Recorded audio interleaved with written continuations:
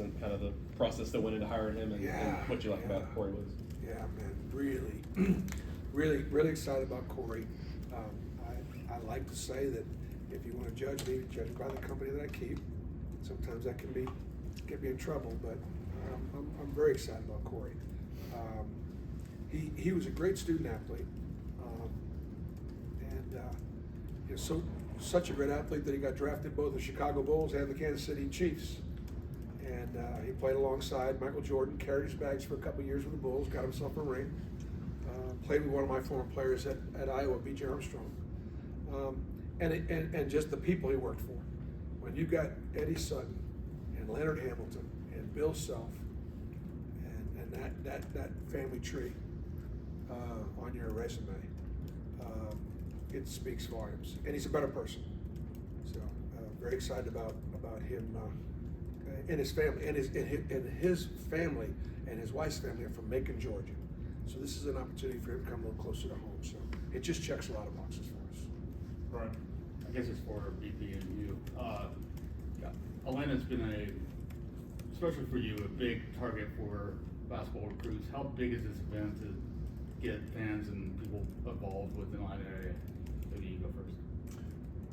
Atlanta's huge to us football-wise, for sure. We've got to, I think, build the majority of our team from, the states of Alabama, Georgia, Mississippi, Florida, and obviously within Atlanta area, there's so many SEC caliber players that we've got to win our share of battles here. So anytime we can get here and continue to enhance or build new relationships with the Auburn family that is going to be the ones that carry the War Eagle banner around town, I think it's always a very positive step. So I'm anxious to meet some of those people tonight. Coach Burke? Yeah, Birmingham is I think as a city, it's got the most students at Alabama at Auburn, and then Atlanta's next. So we got a ton of alums and students that go to Auburn, and like Coach said, just from a recruiting standpoint, this has been unbelievable for us. They play great basketball here, and we've had 6 players from Atlanta drafted in the last 6 years, I think. Someone checked and said that's exact, but 6 and 6 is pretty good. And so, if you do a good job with them, you keep coming back. And then, we play over here a couple times a year, and we play over in Athens, which is important. And as people that follow Auburn basketball know, it's really hard to get a ticket at Neville Arena. And so there's opportunities to get tickets in Athens, and we've had great crowds there. And we've also, the last couple of years, played in Atlanta in a very special Hoops Giving Holiday Festival. We played Memphis last year, and we've got a great opponent coming in this year. I don't know if it's been announced yet, but got a great opponent coming in again in a December game down at the Arena the Hawks play in. So it's great to be here to thank our fans for all their support. Question for all three, and hopefully you're all doing well today and your travels were safe. There are reports about the SEC considering finding schools and going beyond and taking home games away for fans rushing to field or court. What is y'all's take on all that? God, I was enjoying just listening. I got to wait a little later. Hey, listen, we don't want it to take away. Nobody wants to take away the fun from the fans, but there's a safety element here that's very important. I think we all recognize that. And both of these guys have probably been involved in situations where they've been in areas where the court or the field was stormed.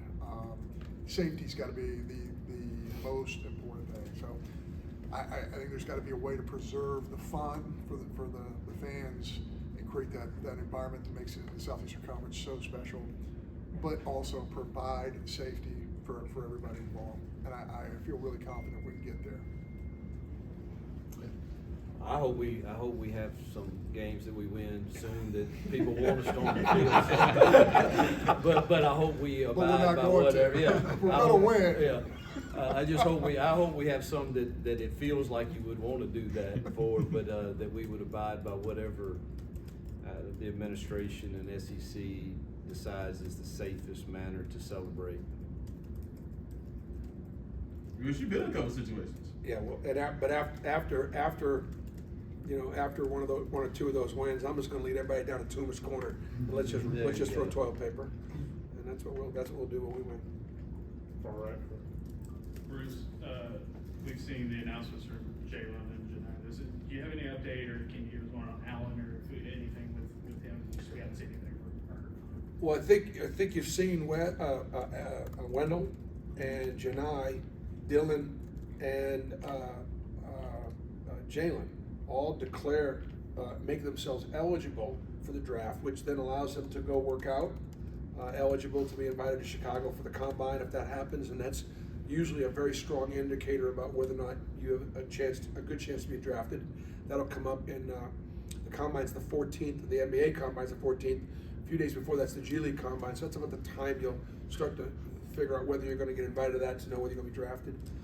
And then in Al's case, he's already declared twice, and so you can't declare a third time. If you do, you have to stay in the draft, so there's no reason for him to declare anything. Hopefully Al will graduate, and then, after his graduation, we'll weigh all of his options.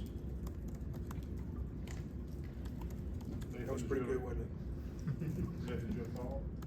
Yeah, Bruce, I guess with Wes, he's obviously was on your staff for a few years. What was that process like when you guys were having that conversation about him leaving? And I guess what did he bring to your staff when he was there? Say that again now. Wes Flanagan. What about it? What did he bring to your staff for those few years with you guys, and what was that conversation like with him wanting to move on to another opportunity? Well, I just think, everybody's got to do what's best for themselves and what's best for their families. And we appreciated Wes's time at Auburn. Bus. Bruce, with everything changing, like you could potentially lose up to 6 guys off your team in 1 year. How do you deal with those changes so quickly in today's landscape? Yeah, so it's obviously the landscape has changed just tremendously, but it's the same for everybody. So we're all in the same boat. On the one end, we have 4 or 5 guys that could look to play professionally on that end, and they've got, on average about 3.5 per team per year entering the transfer portal nationally. So 4 or 5 and 3 or 4, and that's 7 or 8. I got 13 guys on scholarship, so that's what pretty much everybody is sort of dealing with. It forces us to have to continue to work really hard in the months of April and May to, not only work with your players and help them, finish up their spring conditioning and basketball and academics, and then figure out what they're trying to do, as well as then recruit to replace guys that you really didn't think you were going to have to replace and didn't want to replace. There wasn't any of those guys really that I would have preferred to, look. But the transfer thing swings both ways, and so Auburn is an incredibly special place, and we've worked really hard to establish ourselves as a competitive basketball program, and so we're just going to bring in really good guys that we think can help us continue to be competitive. It just forces us to work a little differently. The Final Four team was built on freshmen, sophomores, juniors, all growing up and all going together, and I still would prefer to do it that way, but that's just not the way. Last thing I'll say is we've had 5 transfers in the transfer portal since the portal was open. Okay, 3 of them were all conference players. 1 was the National Player of the Year. So we had Walker, we had Janai and Wendell, and the other 2 was Zepp and KD. All 5 had really good experiences and great careers at Auburn. So it works. It's worked very well for us. Bruce, since his first time we've talked to you, since Denver Jones and what you got in Jamie Johnson, just those two guys, what made y'all want to get them, and how excited are you to have them? Just, you know, they both share something in common. They're Alabama kids that were both overlooked, and have both got chips on their shoulders. They're both hungry. They both dreamed of someday being in a place like Auburn, and now it's a reality for them. And I'm just so excited about coaching guys who are going to be in the gym every night, that are grateful for the scholarship and for the opportunity. I mean, look, Denver's from the same league as Florida Atlantic, and he was the leading scorer in that league, and that, you know, that's a really good league. You know, Conference USA with Andy Kennedy at UAB and North Texas and Florida Atlantic and Florida International. And then the story with Chaney's just incredible. I mean, he's out of Thompson High School, right there in Alabaster. He's 6'2" as a senior. He's a good basketball player, but John Schulman gives him a shot at Division II. He grows 5 inches. And all of a sudden he's 6'7". And now he's pretty good, really athletic, and has always been overlooked. We got a few guys in our roster that have been overlooked. Should we go right on down the line? We got two in a row. He took my question. Okay, Tom? Bruce, just a quick follow-up on Chaney. Just how do you see him fitting into your system and positionally? Yeah, I think he'll compete at the 3 and the 4. He's big enough to be able to play a little bit of an undersized 4. He's got real skill. He's got real athleticism. Look, he played against us last year when we played them, and he played our format even. And and then I think he's quick enough, and he's got enough skill that he can play some on the wing. So he'll play.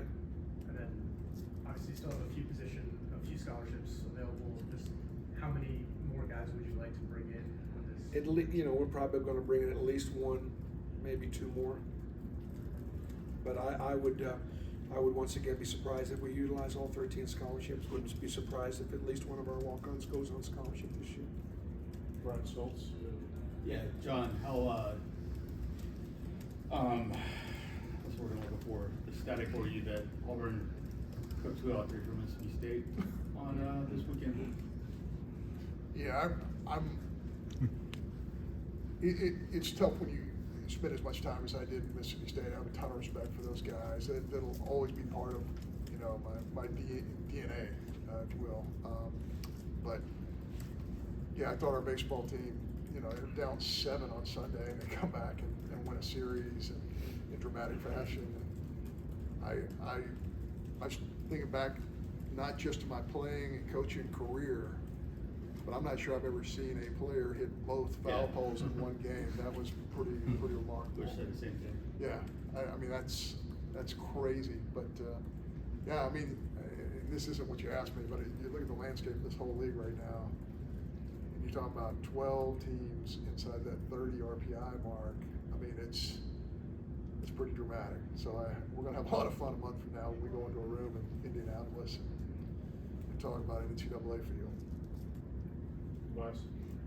Well, I guess for Hugh and for John, there's a proposed rule where on first downs the clock won't stop anymore.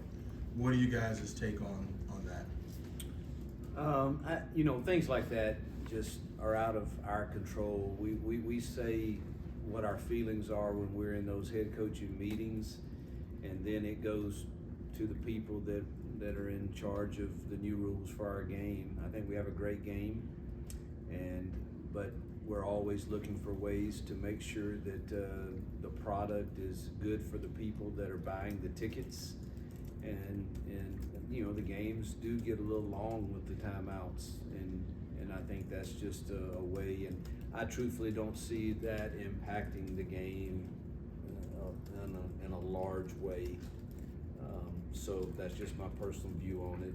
Others may feel different, but if it makes the experience better for the people that are paying for the tickets and the suites and the ones that we need to support our program to help us build it, then I'm fine with it.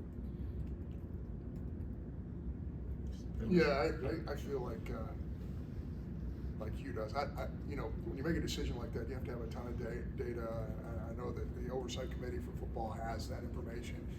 I personally, like, this is a feel thing, not a data-driven thing, but my goodness, you only play 7 home football games, and I don't think the length of games are necessarily out of control. I mean, it's a pageantry. It's a homecoming almost every time you play a home football game. But I also understand that there's a lot of data that we don't have the ability to look at. Also, there's 2 products. There's the product in person and there's product on television. And when you watch on television, anything that makes that product better really helps all of our programs in so many different ways. It's viewed by the masses, so they'll make the right decision. Yeah. I wouldn't want to see it go much further than that. I think we have a great product, and I hope it kind of. I hope they do this if that's what they see as best, and then we kind of just let's go play the games. Does it change your game planning or anything? No. I mean, we're still, whether the clock starts or done on the first down, we're still going to go fast if we want to go fast. It doesn't change the rules of the game. So I don't see it changing our strategy at all. Brian? For you first, the spring transfer portal, has it been a little bit slower than you expected as far as kids getting into it? It really has. And do you still see an opportunity though for you to help yourself, or Auburn help itself here possibly? Yeah, it's we really weren't sure what to expect, and I do think it's been quite a bit slower than I'm not sure that's a bad thing. Just the and I'm not, of course we have the SEC agreement that we don't go SEC to SEC in this portal, and so I haven't really kept up with the number of kids that would have been of interest to for us. But outside of that, it's been quite a bit slower than probably what we had anticipated. But they're still, look like it picked up a little bit today, maybe the last couple days, and be curious to see what the rest of the week brings. But I think it's well documented that we're always trying to improve our roster, and so we're constantly monitoring it. You have follow-up? Yeah, for John, I know the SEC meetings are coming up soon. Do you feel like you guys have got a sort of consensus on the plan for the permanent opponents, and whether it's 8 or 9 games, or is there just going to be a free-for-all when y'all get to Destin? Well, what I do know is we've got to make that decision because obviously you're talking about the 24 season, and a lot has to happen quickly. I see benefits to both sides of that issue with the 8 and 9 game schedule, and I think a lot of the athletic directors feel the same way. There's merit in both ways, both options. So, our league is always through Greg Sankey has always done a great job guiding us, not only the athletic directors but the presidents as well and the chancellors. So we will make the best decision for the Southeastern Conference collectively, and I look forward to discussing that in the room. We have time for a few more. Justin? You talked about the transfer portal in the spring. You obviously go in some hopes or maybe some needs, and then you don't know how exactly it's going to play out once it opens. Do you change as you go in terms of wanting to hit those numbers, or do you go in and saying we need to fit, so if we don't hit the number, so be it?